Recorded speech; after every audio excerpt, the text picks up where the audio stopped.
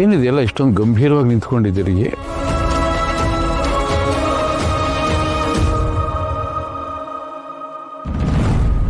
ಏನಿದು ಪಾರ್ಸಲ್? ಊಟನಾ? ಹೋಟ್ಲಿಂದ ಬಂದಿದ್ಯಾ? ಯಾರು ತರಿಸಿದ್ದು ಯಶು?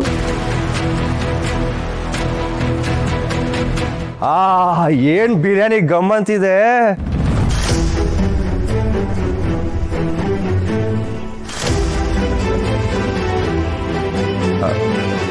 ಅದು ಬಿರಿಯಾನಿ ತಿನ್ಬೇಕು ಅನ್ನಿಸ್ತು, ಅದಕ್ಕೆ ನಾನೇ ಯಶುಗೇಳಿ ಆರ್ಡರ್ ಮಾಡಿಸಿ.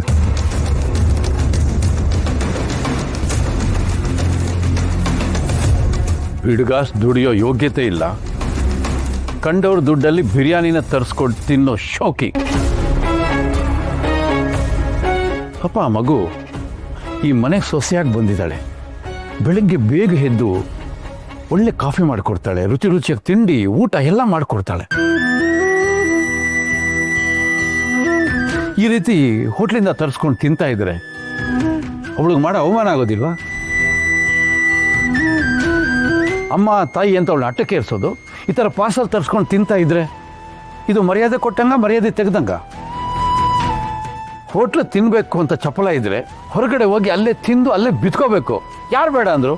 ಈ ಥರ ತಂದು ಮನೆ ವಾತಾವರಣ ಎಲ್ಲ ಕೆಡಿಸ್ಬೇಕಾ? ತಂಬಾರ ಇಲ್ಲ ಅದನ್ನ ಇಡು ಇಲ್ಲಿ. ತಗೊಂಡಾಗ ಆಚೆ ಕಡೆ ತಿನ್ಬಿಟ್ಟು ಸುಸ್ತಾದ್ರಲ್ಲೇ ಬಿತ್ಕೊಳ್ಳೋಕೆ ಹೇಳು.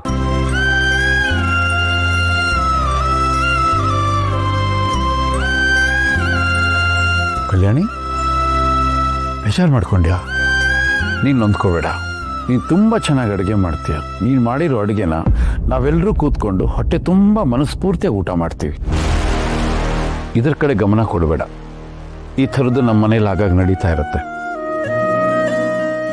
ಯಶು, ಬೆಳಗ್ಗೆನೇ ಹೇಳಿದ್ದೀನಿ ಸಂಜೆ ಎಲ್ಲರೂ ಅಂಗಡಿಗೆ ಬರಬೇಕು ಅಂತ ಹೇಳಿ. ಎಲ್ಲರೂ ಬಂದ್ಬಿಡಿ. ಹಾಂ,